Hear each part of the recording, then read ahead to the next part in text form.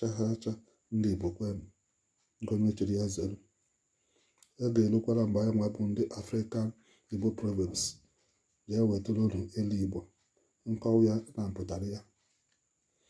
Ilu Igbo anyị nwere n'ụbọchị nke taata bụ nke kwuru sị, anụ ụlọ adịghị atụ nkịta ya egwu. Anụ ụlọ adịghị atụ nkịta ya egwu. N'olu ndị Igbo, the domestic animal is never afraid of the dog.